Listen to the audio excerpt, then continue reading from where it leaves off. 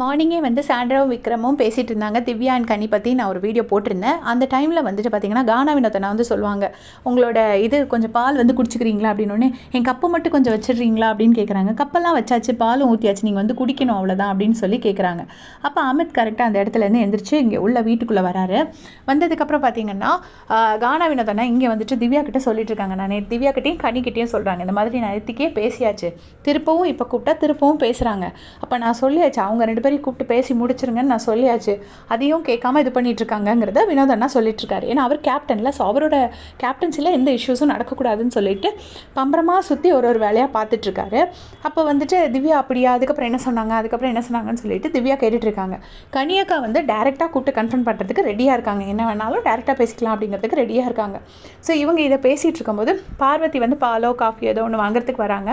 வரும்போது பார்வதி கிட்ட நேற்று நான் சொன்னேன் இல்லை, அப்போ என்னாச்சு நீ சொல்லு அப்படின்னு சொல்லிட்டு பார்வதி கிட்ட சொல்கிறாங்க. உடனே நீங்களே சொல்லிவிடுங்க அப்படின்னு சொல்லிட்டு பார்வதி சொல்லிடுறாங்க.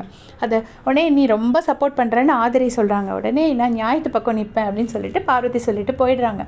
அதுக்கப்புறமா கனியக்கா கூப்பிட்டு கானா வினோதனாக்கு ஒரு சூப்பர் அட்வைஸ் கொடுக்குறாங்க. நீங்கள் அமித்துக்கு என்ன பிரச்சனை வந்துச்சுன்னா, அவர் ஏதோ ஒரு பக்கம் சாஞ்சிட்டாரு, நீங்கள் அதை பண்ணாதீங்க. நீங்கள் என்ன பண்ணுங்கள், ரெண்டு பக்கமும் கேளுங்க. உங்களுக்கு ஒரு வெளி ஆளாக டிவியில் பார்க்குற ஒரு பர்சன் மாதிரி அதில் எது நியாயங்கிறத நீங்கள் கவனிங்க. யார் சொல்கிறத நீங்கள் யோசிக்காதீங்க.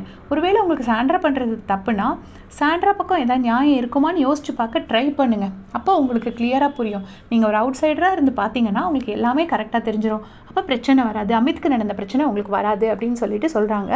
பட் இந்த வீட்டில் என்ன பண்ணாலும் யாரும் நல்லது சொல்ல போகிறது இல்லைங்கிறது பாவம் கனியக்காக்கும் வினோதண்ணாக்கும் தெரியல. எனக்கு இந்த கேப்டன்சி டாஸ்க் இவங்க கஷ்டப்பட்டு விளையாடும் போதெல்லாம் பார்க்குறதுக்கு காமெடியாக இருக்குது. ஏன்னா அந்த ஆடை பலி கொடுக்க கூட்டு போகிற மாதிரி தான் இந்த வீட்டில் கேப்டன் ஆகுறது. அதுக்கு இவ்வளோ சண்டையாக அப்படி தான் எனக்கு தோணும்.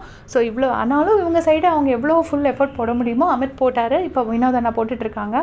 அப்புறமா வினோதண்ணா என்ன சொல்கிறாங்கன்னா, சரி ஓகே, நம்ம லைவில் வந்து எல்லாரையும் லிவிங் ஹாலில் கூப்பிட்டு அட்ரஸ் பண்ணணும் ஒரு விஷயம் அப்படின்னு சொல்கிறாங்க.